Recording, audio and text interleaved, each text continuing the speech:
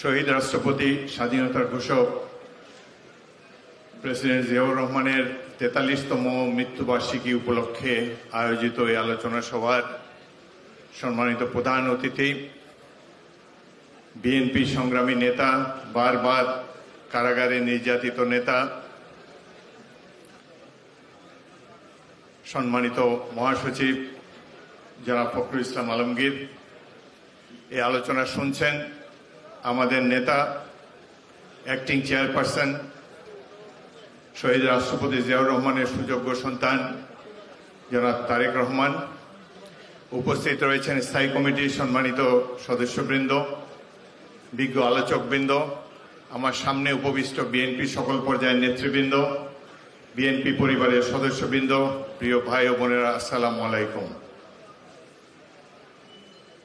এতক্ষণ দীর্ঘক্ষণ ধরে আপনারা এই মহান নেতার বিভিন্ন কৃতিত্বের কথা শুনেছেন, কিভাবে তিনি বাংলাদেশকে অর্থনৈতিক উন্নয়নের পথে এগিয়ে নিয়ে গিয়েছেন, কিভাবে তিনি একটি জনগণের রাষ্ট্র কায়েম করেছিলেন, বিশ্ববাসীর প্রশংসা অর্জন করেছেন, কিভাবে গার্মেন্ট শিল্পের প্রবর্তন করেছিলেন, তার বিভিন্ন কৃতিত্বের কথা আমার পূর্বের আলোচকবৃন্দ বলেছেন। আমি আর সেদিকে যাব না। আমি মহান মুক্তিযুদ্ধে তার অবদানের কথা এবং পরবর্তীকালে ব্যক্তিগতভাবে মানুষটি কেমন ছিল সে সম্পর্কে দু চার কথা বলেই আমার বক্তব্য শেষ করব। 1971 সাল হলো বাঙালির সবচাইতে গৌরবের দিন, গৌরবের বিষয়, গর্ব করার মতো উপাখ্যান। প্রথমে সেই গৌরবের দিনগুলোর কথা বলবো, তারপর কোটি কোটি মানুষের স্বপ্নভঙ্গের কথাও আপনাদের সমীপে নিবেদন করব। এখানে যারা উপস্থিত, আমার ধারণা অধিকাংশরই 1971 সালে বয়স কম ছিল। এই বাঙালি সাধারণত ইতিহাস ভুলে যায় খুব তাড়াতাড়ি, এই জন্যেই ইতিহাস বিকৃত করা সহজ হয়েছে বর্তমান সরকারের পক্ষে। বই পত্রিকায় যেখানে যেখানে আওয়ামী লীগের নেতারা বক্তব্য রাখার সুযোগ পান, পত্রিকা ছাপাতে পারেন, বই পুস্তক ছাপাতে পারেন, তারা জনগণকে একটা ধারণা দিয়েছেন যে এই দেশটা আওয়ামী লীগ স্বাধীন করেছে। প্রকৃতপক্ষে 1971-এর মহান মুক্তিযুদ্ধ ছিল সাধারণ মানুষের যুদ্ধ। এই যুদ্ধে আওয়ামী লীগ পরোক্ষভাবে অংশগ্রহণ করেছে। স্বাধীনতাকামী মানুষ, ইস্ট বেঙ্গল রেজিমেন্টের বীর সৈনিকেরা এবং সারা বাংলাদেশের আপামর ছাত্র সমাজ প্রত্যক্ষভাবে এই স্বাধীনতা যুদ্ধে অংশগ্রহণ করেছেন। আওয়ামী লীগ স্বাধীনতার আগে থেকে এবং পুরো 9টি মাস তারা ব্যস্ত ছিল কিভাবে রাওয়ালপিন্ডির সিংহাসনে বসা যায়, কিভাবে রাষ্ট্র ক্ষমতায় যাওয়া যায়। এটি দোষের কিছুই না, জনগণ তাদেরকে ভোট দিয়েছিল, কিন্তু তাদের মাথায় দেশ স্বাধীন হবে এই কল্পনাও কখনো তারা করেনি। তারা মনে করেছে জনগণ ভোট দিয়েছে, এবার আমরা হালুয়া রুটির ভাগ চাই। কিন্তু এই বর্বর পাক বাহিনী 25শে মার্চ রাতে যেভাবে নিরীহ মানুষের উপরে একটি হত্যাযজ্ঞ চাপিয়ে দিয়েছে, বাঙালির আর স্বাধীনতা যুদ্ধে অংশগ্রহণ করা ছাড়া আর কোনো গত্যন্তর ছিল না। রাজনৈতিক নেতারা মুহূর্তের মধ্যে পলায়ন করলেন, দেশবাসীকে প্রস্তুত করে যাননি। এই বর্বর বাহিনী ট্যাঙ্ক, মেশিন গান, মর্টার নিয়ে নিরীহ মানুষের উপরে এক হত্যাযজ্ঞ চাপিয়ে দিল। দেশের মানুষ হতাশ হয়ে ঘর বাড়ি ছেড়ে পালিয়ে যেতে শুরু করলো। এই সময় কোনো রাজনৈতিক নেতাকে খুঁজে পাওয়া যায় নাই জনগণকে আশ্বাস বাণী শোনাবার জন্য। এই দুঃসময় জনগণের প্রতিনিধি হয়ে স্বাধীনতার জন্য ডাক দিয়েছিলেন একজন সৈনিক, যার নাম মেজর জিয়াউর রহমান। স্বাধীনতার ইতিহাস পর্যালোচনা করলে সবাই দেখবেন এই সাধারণ মানুষের এই যুদ্ধে নেতৃত্ব দিয়েছিল বাংলাদেশের 5টি ক্যান্টনমেন্টে অবস্থানরত ইস্ট বেঙ্গল রেজিমেন্টের 5টি ব্যাটালিয়ন, ইপিআর এর সৈনিকেরা এবং কিছু কিছু পুলিশ বাহিনীর সদস্যরা মুক্তিযুদ্ধে অংশগ্রহণ করেছিলেন। কিন্তু স্বাধীনতার ডাক প্রথমেই দিয়েছেন চট্টগ্রামে কালুরঘাট বেতার কেন্দ্র থেকে রাষ্ট্রপতি জিয়াউর রহমান। তার আগে তার ইউনিট ৮ম ইস্ট বেঙ্গলে ২৬শে মার্চ রাতের প্রথম প্রহরে তিনি একটি ড্রামের উপরে দাঁড়িয়ে তার ব্যাটালিয়নের সৈনিকদের এভাবে একত্রিত করে তিনি ঘোষণা দিয়েছেন যে আজ থেকে বাংলাদেশ স্বাধীন রাষ্ট্র, আমরা স্বাধীনতা যুদ্ধের জন্য যুদ্ধ করব, আমরা মুক্তিযুদ্ধ করে আমাদের এই দেশকে আমরা শত্রুমুক্ত করব। এই ডাকের সাড়া দিয়ে ইস্ট বেঙ্গল রেজিমেন্টের বিভিন্ন ব্যাটালিয়ন, যারা চট্টগ্রামের ছাড়াও যশোর, জয়দেবপুর, সৈয়দপুর, কুমিল্লাতে ছিল, বিভিন্ন জায়গায় ছড়িয়ে ছিটিয়ে থাকা ইপিআর সৈনিকেরা প্রথমেই জিয়াউর রহমানের ডাকে মুক্তিযুদ্ধে অংশগ্রহণ করে। আমি যশোর ক্যান্টনমেন্টে একজন তরুণ অফিসার ছিলাম, জীবনে কোনোদিন রাজনীতি করি নাই, ঢাকা বিশ্ববিদ্যালয়ের ছাত্র ছিলাম, রাজনীতির দিকে কখনো পা মারাইনি। কিন্তু ঘটনাচক্রে আমাকেও বিদ্রোহ করতে হয়েছে আমাদের সৈনিকদেরকে নিয়ে। ২০০ সৈনিক নিয়ে বিদ্রোহ করার পর ক্যান্টনমেন্ট ৮ ঘন্টা ব্যাপী একটি যুদ্ধ হয়। এই যুদ্ধে আমার সহকর্মী সেকেন্ড লেফটেন্যান্ট আনোয়ার হোসেন শহীদ হন। ৮ ঘন্টা যুদ্ধের পর ক্যান্টনমেন্ট থেকে বের হয়ে খিতিবদিয়া নামে একটি গ্রামে প্রবেশ করি। ওখানে গিয়ে দেখি হাজার হাজার ছাত্র যুবক দা, খন্তা, কুড়াল, লাঠি সোটা নিয়ে দাঁড়িয়ে আছে। তারা বলে আল্লাহু আকবার, জয় বাংলা, বীর বাঙালি অস্ত্র ধরো, বাংলাদেশ স্বাধীন করো। আমি দেখে অবাক হয়ে গেলাম। এই যে স্বাধীনতার বীজ মন্ত্রে দীক্ষিত হয়ে হাজার হাজার মানুষ প্রাণ উৎসর্গ করার জন্য যুদ্ধে অংশগ্রহণ করতে চায়, এই কথা আপনি ইতিহাসে পাবেন না।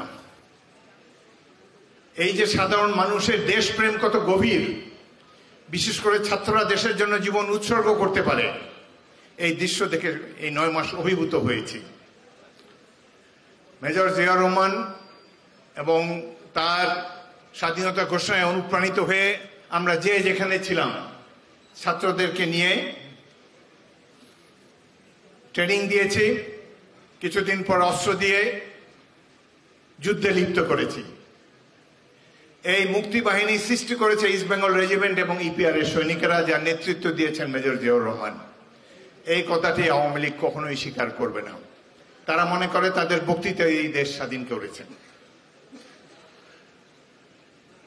বক্তৃতা দেওয়া তো খুবই সোজা, কিন্তু যেখানে কামানের গোলা, মেশিন গানের গোলা, অবিশ্রান্ত গুলি আসতে, মাইনফিল্ড পেরিয়ে শত্রুর সাথে হাতাহাতি যুদ্ধ করতে হলে সাহস লাগে।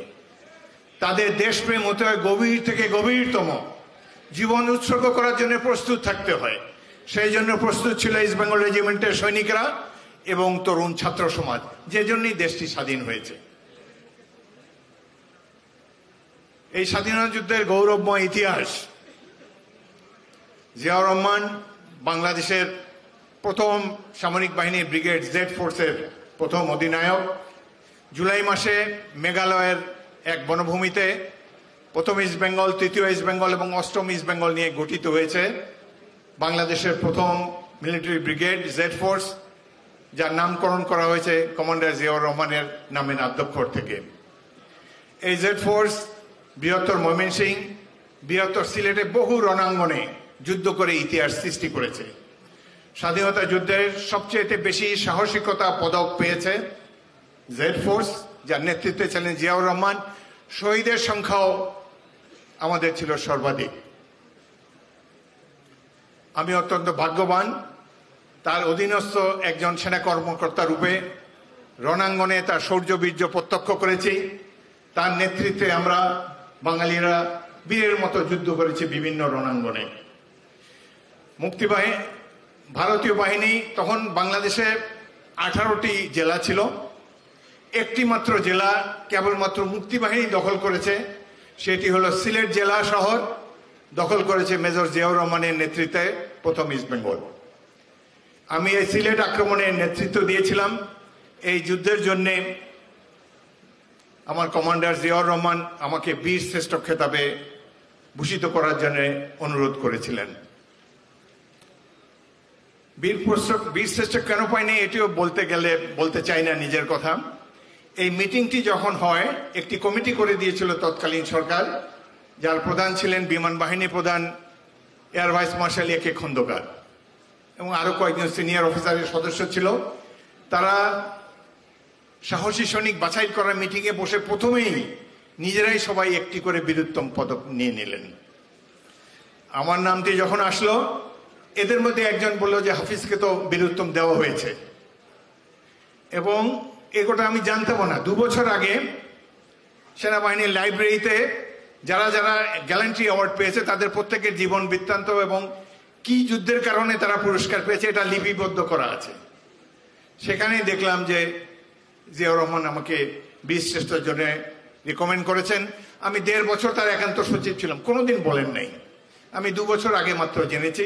সেখানে এই কমিটির একজন সদস্য লিখেছে অফিসার অলরেডি অ্যাওয়ার্ডে বিইউ, যে কারণে আমাকে তৃতীয় শ্রেণীর একটি পদক নিয়ে সন্তুষ্ট থাকতে হয়েছে। এটি কখনোই বলি নাই, আজকে বললাম। আমাদের প্রতিষ্ঠাতা নেতার স্মৃতি অর্পণ করার জন্য এসেছি।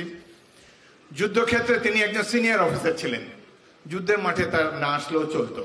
অন্যান্য সেক্টর কমান্ডারের মতো তিনি ভারতের অভ্যন্তরে থেকে যুদ্ধে নেতৃত্ব দিতে পারতেন। ভয়াবহ যুদ্ধ হয় 28শে নভেম্বর তারিখে গৌরীপুরে। পাকিস্তান বাহিনীর 31 পাঞ্জাব রেজিমেন্ট আমাদের উপর আক্রমণ চালায়, প্রথম ইস্ট বেঙ্গলের উপরে। 3-4 ঘন্টা যুদ্ধের পর আমরা তাদের কমান্ডার মেজর সরোয়ার সহ 70 জনকে হত্যা করি, 36 জনকে জীবিত অবস্থায় বন্দী করি। এই যুদ্ধে আমি এবং মেজর জিয়াউর রহমান একই বাংকারে 3 ঘন্টা ছিলাম। তার সফল নেতৃত্বের ফলেই 31 পাঞ্জাব রেজিমেন্ট নিশ্চিন্ত হয়ে যায় ধরাপৃষ্ঠ থেকে। এখানে আমি তাকে জিজ্ঞেস করলাম, স্যার আপনি এখানে কেন? আপনি পিছনে থাকেন, কমান্ডারের তো সামনে এসে যুদ্ধ করার কোনো প্রয়োজন নাই।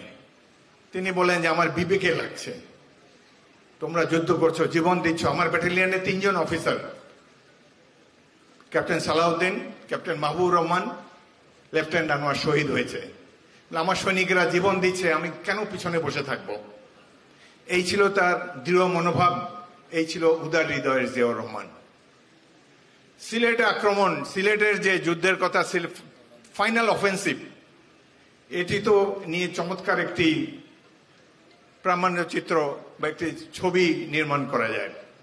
কানাইঘাট দখলের পর, গৌরীপুরের যুদ্ধের পর আমাদের সাথে একজন ভারতীয় বাহিনীর মেজর ছিলেন, তার সাথে একটা বেতার সেট ছিল।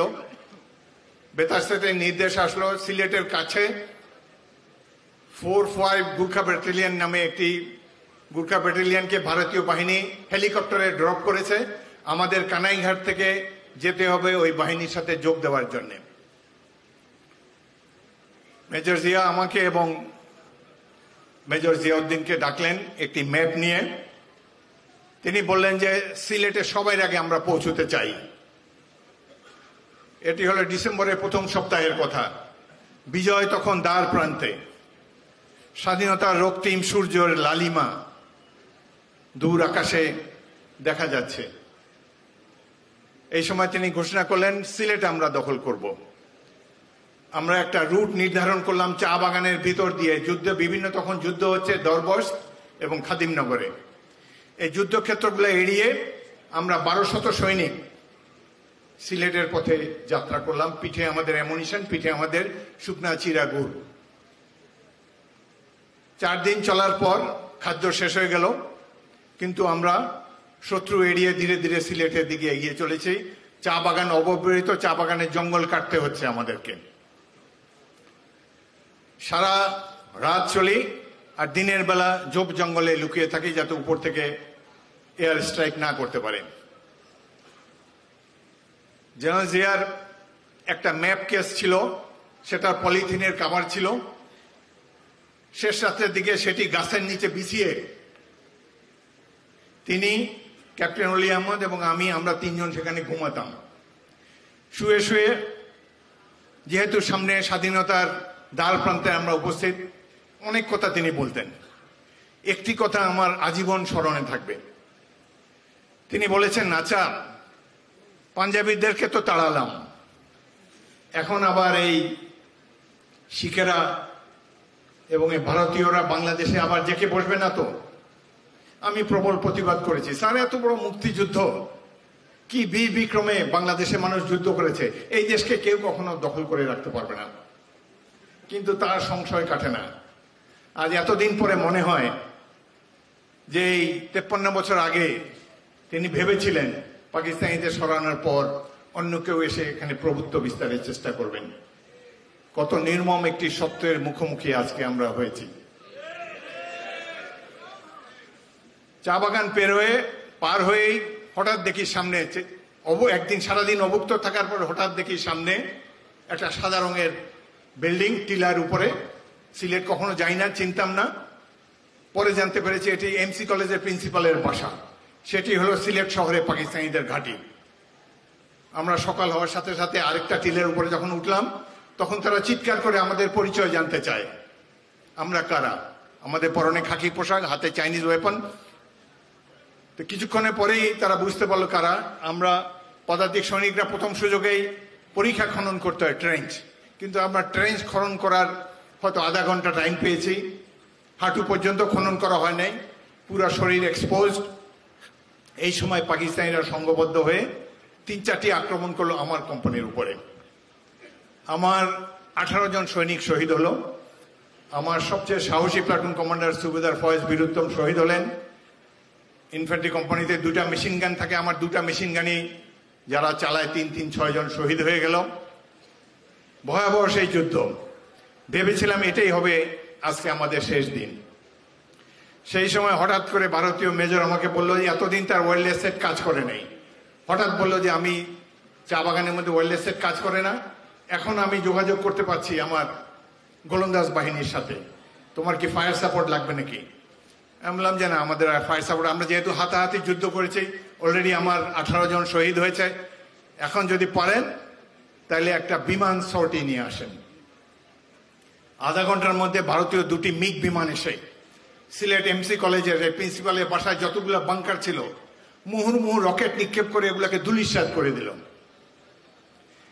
এই যে সারাদিন ব্যাপী যুদ্ধে, এই যুদ্ধে তৎকালীন সদ্য প্রমোশন প্রাপ্ত লেফটেন্যান্ট কর্নেল জিয়াউর রহমান আমার চাইতে 600 গজ পেছনেই ছিলেন। বেতার সেটে মুহূর্তে মুহূর্তে আমাকে জিজ্ঞেস করেন, হাফিজ রিপোর্ট সিচুয়েশন, এটা করো ওটা করো, যুদ্ধকালীন যেসব নির্দেশ দিতে হয়। যুদ্ধ অত্যন্ত ভয়াবহ, জীবন মৃত্যু 1 সেকেন্ডের ব্যাপার। চোখের সামনে কতজনকে মৃত্যুবরণ করতে দেখেছি।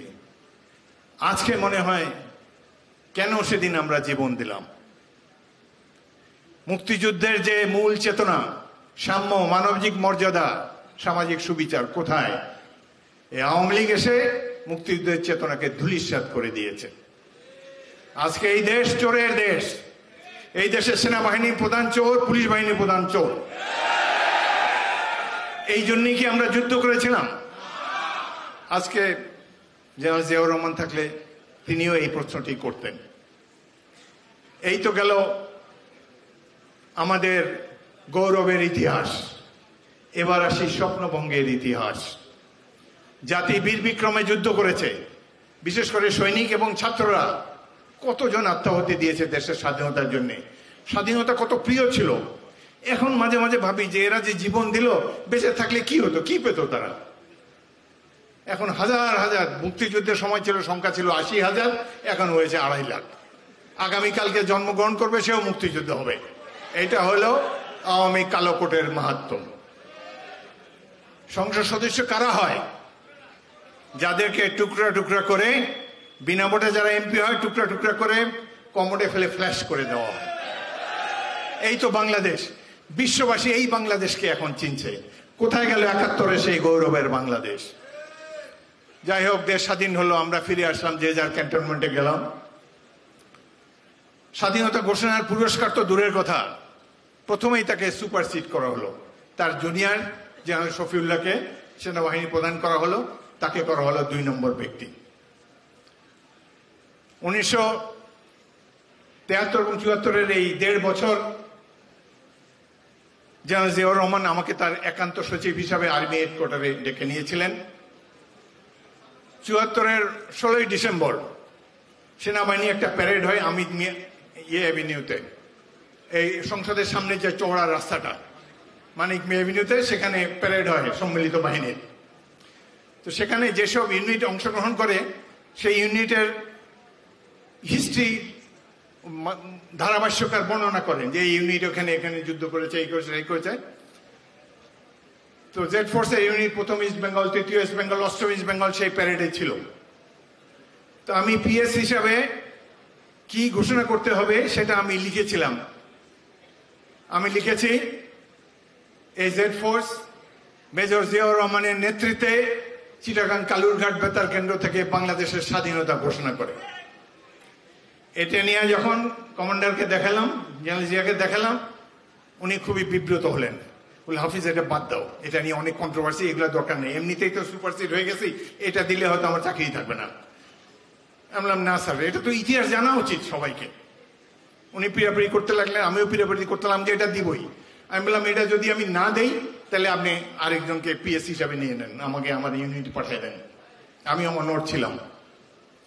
পরে এটা দেখে উনি নিমরাজি হলেন, সেনা সদর পড়লো এটা নিয়ে মহা মুশকিলে। আরে এই স্বাধীনতার ঘোষণা আবার করতে আসলে এগুলো তো ভুলে গেছি, এখন জয় জয়াকার আওয়ামী লীগের। 72 সালে 16ই ডিসেম্বর 1 বছর দেশ স্বাধীন হয়েছে। যা কিছু বললো না, উনিও গেলেন প্যারেড দেখতে, আমিও তার সাথে গেলাম। তখন সেনাবাহিনীর কোনো প্রোটোকল ছিল না, স্টেজে ওখানে 8 নম্বর সারিতে তার চেয়ার ছিল। তো আমি তার এডিসি জিল্লুরকে বললাম যে ওনাকে আর্মি এনক্লোজারে প্রথম রোতে সোফা নিয়ে দাও, এখানে দাও। উনি এসে আর্মি এনক্লোজারে এসে বসলেন। বসার পরে অপেক্ষা করে আছি যে এই ঘোষণাটি কখন দেয়। যখন প্রথম unit first east Bengal March করে যাচ্ছে, তখন এখানে এই ঘোষণার কথা কিভাবে বলল, এই 53 বছর আগের কথা এখনো আমার মনে আছে।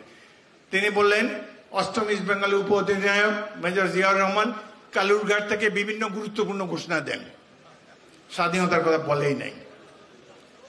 পরে যখন ফিরে আসতেছি, বেগম জিয়াউর রহমান সাহেবকে বলে, তুমি এই গুরুত্বপূর্ণ ঘোষণা দেওয়ার জন্য আমাকে ফালায় থুয়ে চলে গেছিলা। এই হলো স্বাধীন বাংলাদেশের কাহিনী। দেশ স্বাধীন হলো, সারা দেশ যুদ্ধে অংশগ্রহণ করেছে, কিন্তু কৃতিত্ব নিল একটি মাত্র রাজনৈতিক দল। তাদের দুঃশাসনের ফলে অচিরেই দেশে নেমে এলো দুর্ভিক্ষ। ঢাকার রাস্তায় লাশ পড়েছিল, আমি নিজে দেখেছি, এখানে যাদের বয়স হয়েছে সবাই দেখেছে। পত্রিকার প্রথম পেজে ছবি উঠেছে, যে এই ছবি তুলেছে তার চাকরি চলে গিয়েছে। মৃতদেহ, তার সদ্য স্বাধীন দেশে তেজগাঁর ওখানে ফুটপাতের উপরে কঙ্কালসার দেহ পড়ে আছে। বাসন্তীর জাল পড়া ছবির কথা তো আপনারা সবাই জানেন। দুর্ভিক্ষ আর লঙ্গরখানা। এরপরে আওয়ামী লীগ যাওয়ার পরে কিন্তু আর লঙ্গরখানা খোলা হয় নাই বাংলাদেশে। একমাত্র ক্রেডিট তারাই নিতে পারে, লঙ্গরখানা খুলেছিল এই দেশে। আচ্ছা, মুক্তিযোদ্ধাদের কথা বলি।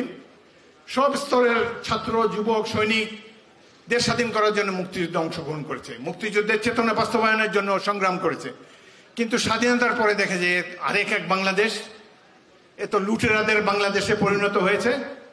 তখন সদ্য স্বাধীন দেশের যুবকরা কি করবে? তারা কি ঘরে বসে বসে তসবিহ টিপবে? না, গজিয়ে উঠল বিভিন্ন বামপন্থী রাজনৈতিক দল, গজিয়ে উঠল জাসদ নামে একটি দল। আজকে তারা বিপদে চলে গিয়েছে, কিন্তু স্বাধীনতার পরবর্তীকালে এই আওয়ামী দুঃশাসনের বিরুদ্ধে বলিষ্ঠ ভূমিকা রেখেছিল জাসদ, এটি আমাদেরকে স্বীকার করতেই হবে।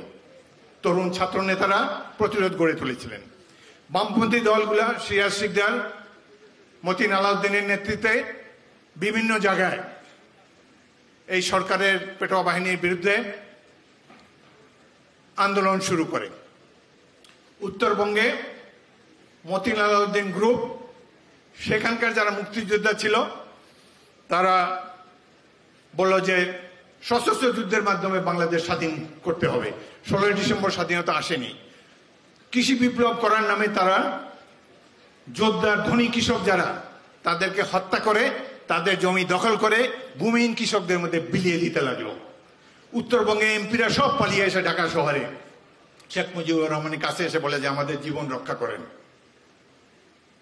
তো স্বাধীনতা যুদ্ধের স্পিরিট এদের মধ্যে আছে।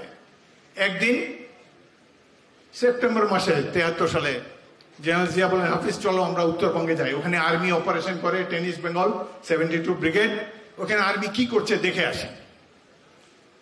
হেলিকপ্টারে গেলাম তার সাথে। 72 ব্রিগেড কমান্ডার কর্নেল সাফাত জামিল, তিনি জেনারেল জিয়া এবং আমাদের নিয়ে কয়েকটা ক্যাম্প ভিজিট করলেন। ব্রিগেডের সৈন্যরা যেখানে এই মতিন আলাউদ্দিনের বামপন্থী বাহিনীর বিরুদ্ধে এখানে যুদ্ধ করেছে, বেশ কয়েকজন আমাদের সৈনিক নিহত হয়েছে, কেউ কারো কারো অঙ্গহানি হয়েছে। এগুলো সারাদিন দেখার পর সন্ধ্যার সময় তানোর থানার এক জলাভূমির মধ্যে, বিলের মধ্যে একটা ডাক বাংলো, ইলেকট্রিসিটি নাই, কিচ্ছু নাই, 2টা কক্ষ, 2টা রুমে 2টা হারিকেন, সেখানে আমরা 2-4 জন আছি। এই কথাটা আমি এই জন্য বলছি, এই কাহিনী জিয়াউর রহমান কেমন মানুষ এটা যাতে আপনারা জানতে পারেন, সেজন্য আমি এই কাহিনীর অবতারণা করেছি।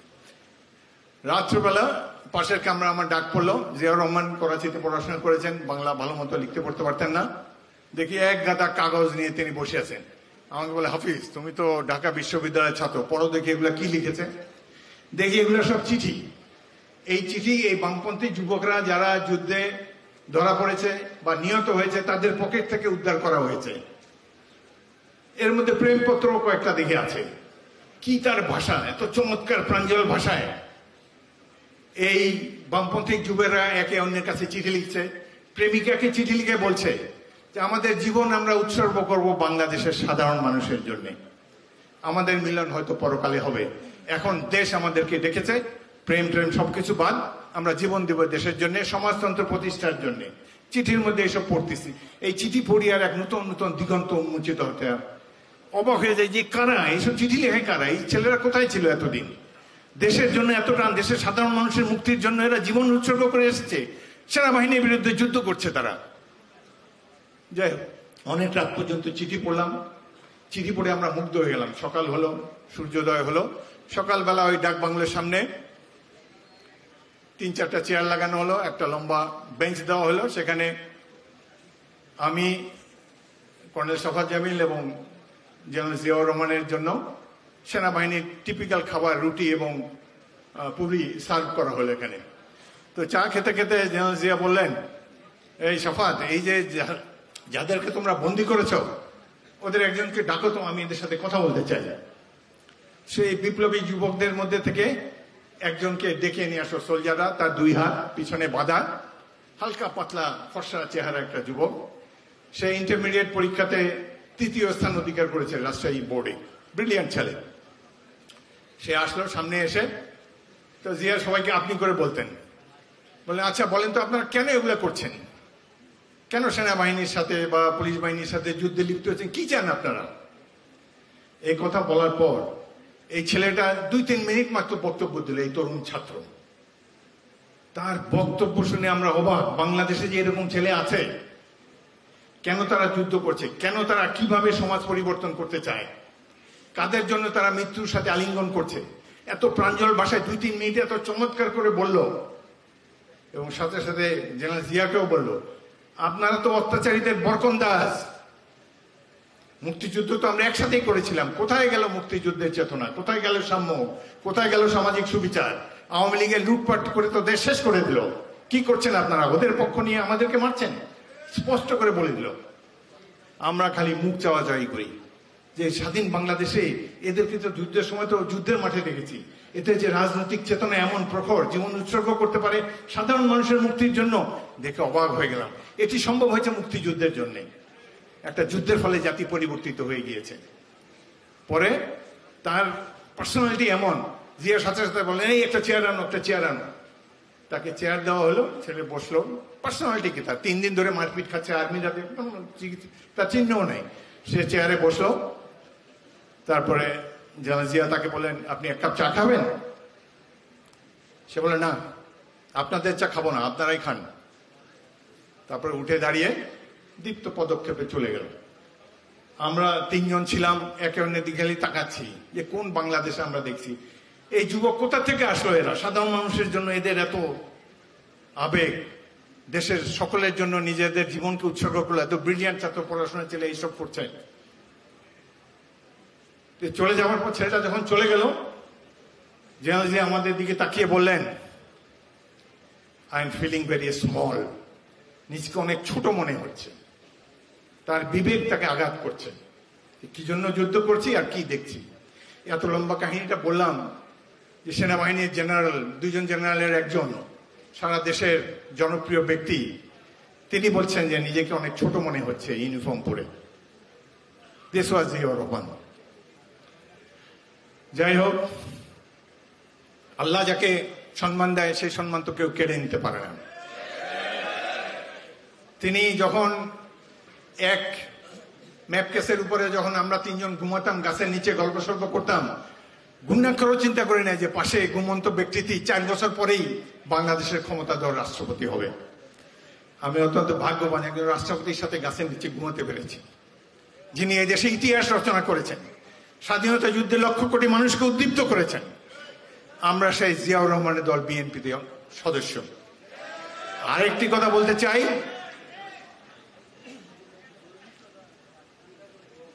গৌরবের কথাও বললাম, স্বপ্নভঙ্গের কথাও বললাম।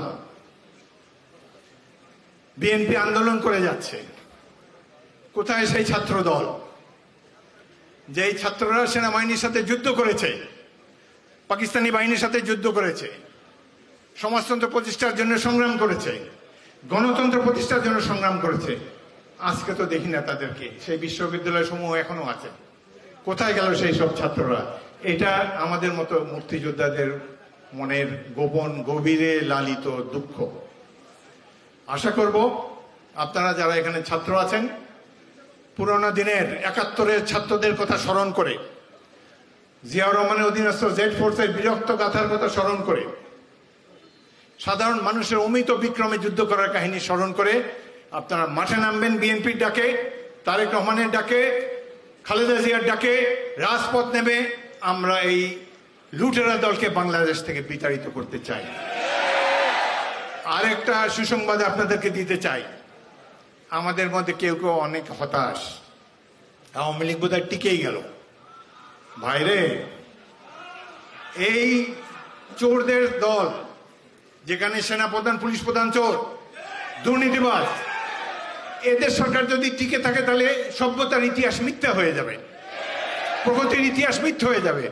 অতএব নিশ্চিন্ত থাকুন, বিএনপি বাংলাদেশের জনগণের একমাত্র ভরসা। আমরা জিয়ার আদর্শের ধারী, সেই পতাকা বহন করে ইনশাআল্লাহ আবার জনগণের সমর্থন নিয়ে রাষ্ট্র ক্ষমতায় যাব। বেগম জিয়া আবার প্রধানমন্ত্রী হবে। আমরা এই দেশকে মুক্ত করতে চাই, দুর্নীতিবাদদের হাত থেকে মুক্ত করতে চাই। আপনারা সবাই প্রস্তুত থাকেন। অসংখ্য ধন্যবাদ।